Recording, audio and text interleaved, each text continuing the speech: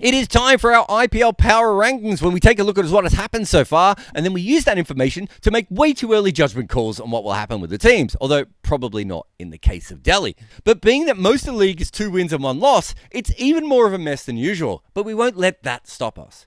Some things are always worth remembering when we're talking about the power rankings. This is not a points table. We already have one of those. We are looking beyond the points to look at how close the matches actually are, who the opposition is, whether it was home and away, and all that other stuff. Anyway, as always, these power rankings are completely correct. You could go into the comments, of course, and argue with them, but why would you do that when I've been so perfect? So just go into the comments and say, Jarrod, you are absolutely perfect with these power rankings. But remember to like, subscribe, and do the bell icon. We'll do as many of these power rankings as we can. Obviously, I'm on tour at the moment at my parents' place, so it's not always easy to record these things.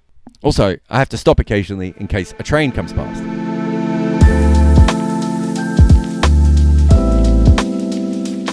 I have Rajasthan at number 1, and I'm not sure that I even agree with this. They've had an incredibly cruisy start, but the way they look is pretty good at the moment. And the Royals are currently the best team in the first 6 overs. They've scored 204 runs in 3 innings at an average of 50 run with a strike rate of 189. I had to read all that out because they're really good numbers. Only Chennai have been better with strike rate. The opening duo of Butler and Jaiswal has been fearless and relentless, just picking gaps as much as anything. Just very good, smart cricket, which means it should be very repeatable.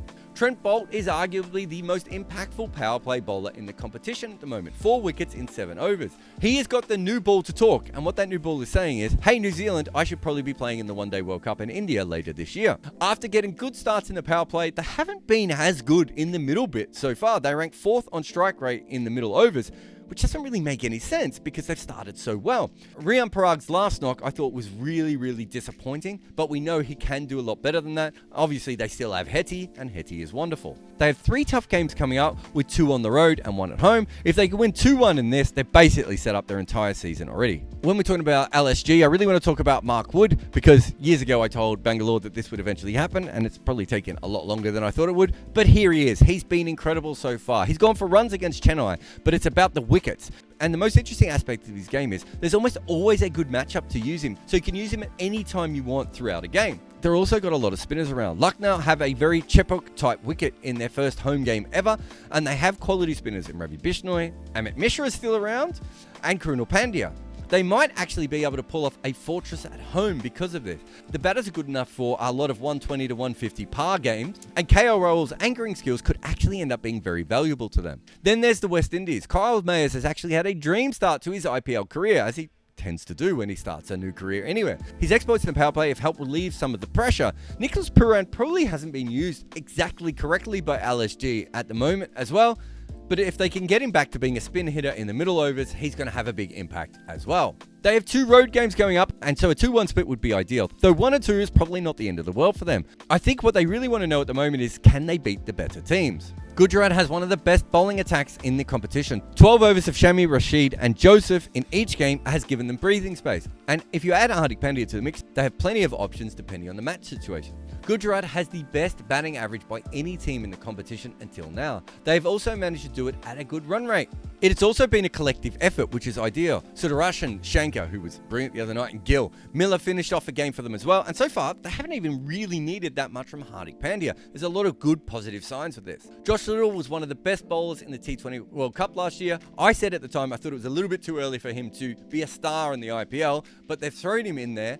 And as the first Irish player, it's a huge deal. But he's still struggling a little bit at the moment. But if they get a couple of breakthroughs from him in the next couple of games, it's going to make their attack even more potent. Despite the quality of the opposition, they should be able to win at least 1 of the 2 home games given their current form. Rajasthan away will be one of the most challenging games in this run. If they somehow manage to go 2-1 and maintain a solid net run rate, they are on track for another playoff spot. Ruturaj has had an incredible start so far. It probably wouldn't be a stretch to say he's looking even better than he did in 2021. He's improved intent in the power play has been massive plus point for the Super Kings. However, he has had to carry their batting a lot so far. No other player has scored even half of his runs, which might be a concern for them in the upcoming games if he does finally fail. Mitch Santner has been one of the better left-arm international finger spinners in a long time in white ball cricket. Ravi Jadeja is a seasoned campaigner of the IPL and is very well trusted. Moeen Ali gets a lot of revs on the ball, and when you factor in that they can all bat, it makes a really strong core of spin bowling all-rounders. And that's without them playing Tikshana. And eventually they'll probably bring him in on certain surfaces over Santner. They've got a lot of depth and a lot of flexibility to that depth. Now, this question might be uncomfortable given that we are talking about one player who's an absolute star. But if Stokes is not bowling, is he a good enough player to get into the overseas lineup of CSK?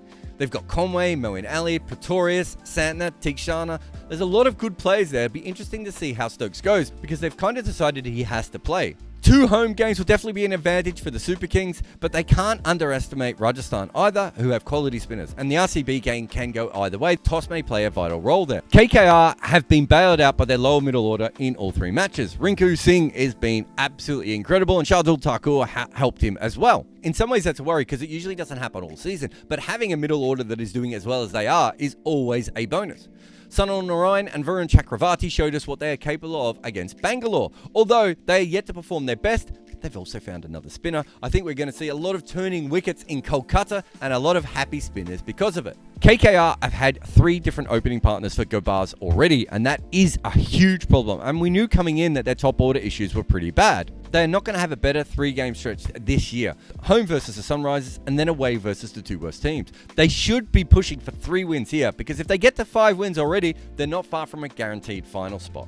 You could convince me that the Kings should be higher or even lower, and they are the last of our 2-1 sides. But their form is all over the place, so I just put them a little bit lower. They won a DLS game against KKR, but I think that game more or less holds up. They beat the Royals in a close one, which is a really good win, but then they lost to the Sunrisers. It's been a mixed bag. My main concern right now is that Dhawan has 3 times the amount of runs as the next best player. Chances are he won't continue to average 200 with a strike rate of 150 for the rest of the tournament. Arshdeep has 6 wickets in 3 matches, and I've had a look at his entire career. He's not usually taking this many wickets. But this is the new Arshdeep, the super Arshdeep. So I think they should be hopeful that he can at least maintain a decent wicket rate for the rest of the tournament. Nathan Ellis probably should have played for Australia in the last World Cup. His lower balls get an incredible amount of dip. He's obviously very good at Yorkers, and he's a very smart bowler. I think his economy is a bit of a concern at the moment, but he's certainly showing that he can bowl at this level. And the only batter to score 80 runs for them that isn't Dhawan so far is Prabh Simran. And that he has done it while striking in 170 is, well, fun. There's nothing in these records to suggest that that strike rate will last, but he's certainly showing us a lot at the moment. If you look at their away record, they have tough teams, but 2 of those are at home, and they can go 2-1. And I think even if they go 1-2, it doesn't kill them. But if they can manage to get 2 wins out of the next 3 games, especially by winning the home matches, it's very handy. Based on the opposition, there is a chance also that they could go 1-2, or if Dhawan stops making runs, they could actually lose all 3. What do you do with the team who've only played 2 matches, who got smashed in the face in the first one and did the same to their opposition in the next? You could argue that they should be above the Kings or even below them. What you can't argue is that Faf is showing a lot of intent. He is hitting the ball, and I'm in the middle of making a big video on him. I can tell you, this isn't really how he usually plays, so there should be some regression from this. Their bowlers have been terrible in the second half of innings. A team with Harshal, Siraj and Topley, albeit only for 1 game, should be better than that. So I'm not overly concerned yet. I mean, Harshal won't go at 2 runs a ball all year unless he's actually injured. Obviously, there are 4 pretty good batters around RCB, but after that, it's a worry, right? This feels like a drop-off that means that if 1 or 2 of their best players have an average year or even a poor year, they may not be able to recover from that. They have a home swing. 2 tougher teams, and then they have whatever Delhi currently is. Even 2-1 here would be incredible, as it would get them to 3-2 overall. They were not even in their first 2 games, but they played well in the third. So it's not been good. And the captain of their struggle so far has been Harry Brook, who hasn't gone past 13 yet. It's way too early to worry overall, and there are others making runs, but they invested a lot in him, and it'll be interesting to see how he fights back. If Brook is a concern though, then Mayank Agarwal is just a huge problem. He was bad last year and has started the same way. They were betting on a bounce back, and another year of him averaging under 20 and doing it slowly could absolutely kill their year. All their Indian bowlers have struggled so far, and being that is Natarajan, Umran and Bhuvi, that's a lot of expensive options not firing. So Marco Janssen actually doing well when he came into the team could be incredibly important for them. Last year, their biggest problem was that all their bowlers ran hot or cold at the same time. That is not an ideal situation. Mumbai at home is fun, but they go up against 2 teams with some interesting spin who will make the wickets turn even more. I'm really interested to see if their batting and Rashid hold up very well here. If we assume they beat Mumbai, then they either split the other 2 or they have to play catch up for the rest of the season. 50 crores to Rohit, Green and Ishan, and so far, it's not really worked. I think Green was always going to be a project player for the long term. Ishan's last great year was 2020, and it was his only true star turn. 8 years in, and this is a huge price to play on someone who hasn't been consistent. And Rohit is Rohit. It's a lot of money for this year that may not come back to them in terms of runs or wickets. As far as spinners go, they have Kartikeya and Chawla. It never looked ideal coming in, and neither of them have actually bowled poorly, but you look at some of the other spin bowling lineups and they just don't have the same amount of pull on them. What do you do with a player who was the best in the world last year and suddenly has a string of low scores? Remember all those golden ducks a while back? I back Sky to come good, but with short seasons, the question always is when it will happen and if it happens soon enough, because Mumbai need it to happen like a game ago. Their next game is almost an early season eliminator. Whoever loses it is almost playing for the following year. But this is a good run for Mumbai. 2 poorer teams on the road and then a home game. A 2-1 split here at least gives them a chance to breathe. Remember in 2021 when David Warner turned up to the IPL and batted incredibly slowly and also kept getting run out? Because of that, his franchise probably made a huge error and sacked him. Well, Delhi are now staring at something a little bit similar. He's making more runs, but it's still very slow. Remember though, last year he did have a strike rate of 149 in all T20 cricket, so I wouldn't be too concerned. However, it's not ideal. Kuldeep Yadav is their only bowler at the moment with a record that isn't stinking. This is how you end up with no wins. You can always carry a bowler or two, but 4 of them? No. Rovman and Mitch have already bowled more than anyone expected, and certainly more than any Delhi fan would have ever wanted. Their biggest issue is not that they've been losing, it's that they haven't been in any games. They have 1 batter making runs, and he's going too slow, and they have 1 bowler doing well. This is about as bad a start as you could do. If it's just a form thing, they don't have to worry. If it's more than a form thing, then it's horrendous. The Mumbai game at home is something they desperately need. If it could not come at a better time. And then they are at RCB, which on current form is not the worst, and then a home game against KKR. Chances of going 3-0 and getting back to a 500 record are pretty low. But if they can somehow manage to go 2-1, that will give them a heartbeat. If they go 1-2, the season's over.